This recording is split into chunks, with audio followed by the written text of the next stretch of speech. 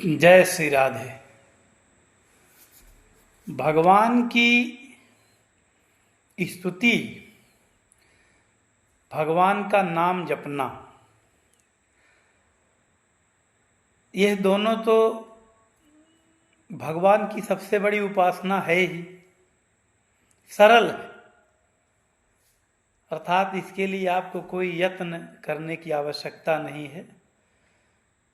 बस जिस मंत्र का जो जपने का तरीका बताया गया है उस तरह से आप जप सकते हैं। जैसे श्री विष्णु सहस्त्र नाम पाठ पुस्तक पढ़ के जप सकते हैं, दीक्षा मंत्र अष्टाक्षर मूल मंत्र तुलसी की माला पर जप सकते हैं, शरणागति मंत्र किसी भी अवस्था में जप सकते हैं, और ये भगवान नामों के कीर्तन चलते फिरते गा सकते हैं। किंतु एक बड़ी सरल और सस्ती उपासना आपको हम बताते हैं, जो कई यज्ञों के समान फल देते हैं, जिसे आप अपने घर पर कर सकते हैं, जिसका नाम सहस्त्रार्चन है। कई बार मैंने वीडियो में पीछे भी चर्चा किया है। हमारा एक कार्यक्रम प्रश्न उत्तर चलता है, उसमें जो हमारे वीडियो पर आपके कमेंट्स आए होते हैं उसकी स्क्रीन रिकॉर्डिंग के माध्यम से हम आपके प्रश्नों का उत्तर देते हैं। तो जब समय मिलता है तब देते हैं, उसका कोई निश्चित समय नहीं होता। जिस दिन समय मिलता है उस दिन कोई एक वीडियो का उठा करके देते हैं, और प्रत्येक वीडियो का देने का प्रयास करते हैं, लेकिन थोड़ा देर हो जाती है। तो उस प्रश्नोत्तर कार्यक्रम में सहस्त्रार्चन के बारे में हमने बताया है। आज हम आपको सरल विधि बताते हैं। सहस्त्रार्चन आप भगवान शंकर का भी करते हैं, भगवान विष्णु का भी करते हैं। जैसे सावन चल रहा है तो भगवान शंकर के भी सहस्त्रार्चन करें और भगवान विष्णु के भी करें। कार्तिक मास में आने वाला है, उसमें अधिक से अधिक सहस्त्रार्चन भगवान विष्णु के करें। एक बढ़िया सुंदर सी थाली लीजिए, उसमें भगवान की मूर्ति रखिए, जो छोटी छोटी मूर्तियां आपके घर में होती हैं,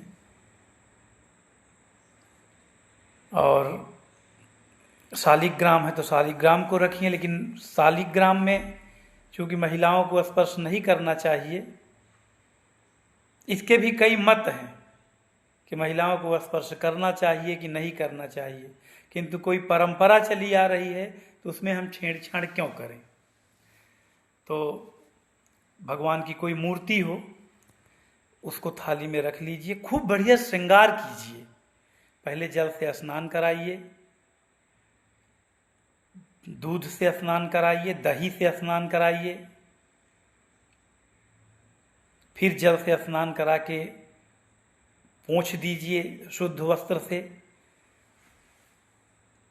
तमाम प्रकार के चंदन, इत्र, गुलाब जल आदि डालिए। चंदन आदि से भगवान को खूब बढ़िया सजाइए, फिर पुष्पों से आच्छादित कीजिए, श्रृंगार कीजिए, और उसके बाद ढेर सारा तुलसी दल रखिए। तुलसी की पत्तियां 1000 होनी चाहिए। भगवान शंकर का कर रहे हैं तो बिल्व पत्र 1000 रखिए। भगवान विष्णु का कर रहे हैं तो तुलसी की पत्तियां रखिए। तुलसी की पत्तियां नहीं है तो पुष्प रखिए, सबसे अच्छा माध्यम पुष्प रखिए। हम लोग तो कभी कभी भांग से भी करते हैं भगवान शंकर का सहस्त्रार्चन। भांग का वृक्ष मिल जाता है, पेड़, तो वही तोड़ लाते हैं और बहुत सारी भांग रखकर उसी से भगवान शंकर का सहस्त्रार्चन कर चुके हैं। तो बिल्व पत्र हो गया भगवान शंकर के लिए, शिव सहस्त्रार्चन, या पुष्प हो गया, या भांग की पत्तियां हो गईं। इन सब से आप भगवान शंकर का सहस्त्रार्चन कीजिए। सहस्रार्चन करने के लिए भगवान शंकर का सहस्त्र नाम स्तोत्र गीता प्रेस में छपती है, खरीद लीजिए। उसमें भी नामावली होती है और नामावली से भगवान शंकर का सहस्रार्चन करिए। इच्छित फल बिन शिव अवराधें, लाहियन कोटि जोग जप साधें। अर्थात अपनी इच्छाओं का फल भगवान की शंकर की आराधना के बिना कैसे संभव है। कितना भी जोग जप साधिए यानी करिए। जो तप करें कुमारी तुम्हारी, भावियों मेटी सकह त्रिपुरारी। नारद जी ने पार्वती जी का हाथ देखकर जब सब लोग चिंतित हो गए थे तब बताया था। तो भगवान शंकर के बारे में कहा गया कि भावी भी मेट सकते हैं। और भगवान विष्णु का विष्णु सहस्रनाम नामावली से सहस्रार्चन करें, अमोघ फल है, दिव्य फल है, कई यज्ञों के समान पुण्य मिलते हैं। इनके सहस्रार्चन के लिए पुष्प रखिए, कई प्रकार के पुष्प रखिए तो कोई समस्या नहीं है। ये कोई आवश्यक नहीं है कि एक ही पुष्प रहे, एक ही कलर का रहे या एक ही किस्म का रहे। कुछ गेंदा मिल जाए, कुछ वल्लभ मिल जाए, अर्थात जितने प्रकार के पुष्प हैं सब तोड़ लीजिए और इकट्ठा कर लीजिए। 1000 चूँकि आपको चाहिए होगा। और बढ़िया भगवान की नामावली पुस्तक ले लीजिए, नाम पढ़ते जाइए, पुष्प रखते जाइए भगवान पर। थोड़ी देर में देखेंगे कि यदि तुलसी दल से किए हैं तो भगवान पूरा तुलसी की पत्ती से ढक जाते हैं और उनका दर्शन करते ही बनता है। और पुष्प से करेंगे तो पुष्प से भी भगवान ढक जाएंगे।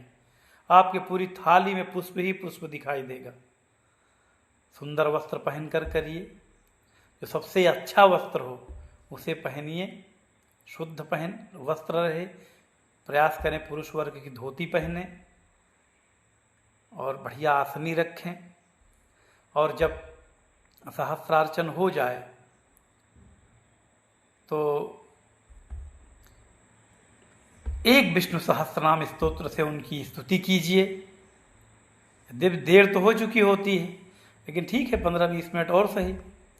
और स्तुति करके हाथ जोड़कर आंसू बहाकर अपनी मनोकांक्षा व्यक्त कीजिए। भगवान मांगने की विषय वस्तु है, मांगिए भगवान से। और 2 चौपाइयाँ सामने गाया कीजिए। सहस्रार्चन करने के बाद हाथ जोड़ लीजिए। एक बार तो आप स्तोत्र पढ़कर स्तुति किए और उसके बाद गाइए। सो तुम जानहु अंतर्यामी, पूर्वहु मोर मनोरथ स्वामी। और दूसरी चौपाई, दीन दयाल विरिदु संभारी, हरहु नाथ मम संकट भारी।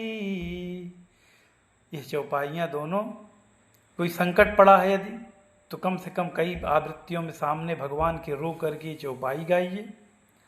और दूसरा ये सो तुम जानहु अंतर्यामी, अर्थात बताने की आवश्यकता नहीं है, आप घट घट वासी ये सब जानते हैं। मेरी ये मनोकामना पूर्ण कीजिए। करके देखिए, 1-2 सहस्रार्चन करिए, फिर आप अनुभव करेंगे कि इस यज्ञ का कितना बड़ा फल है। जय श्री राधे।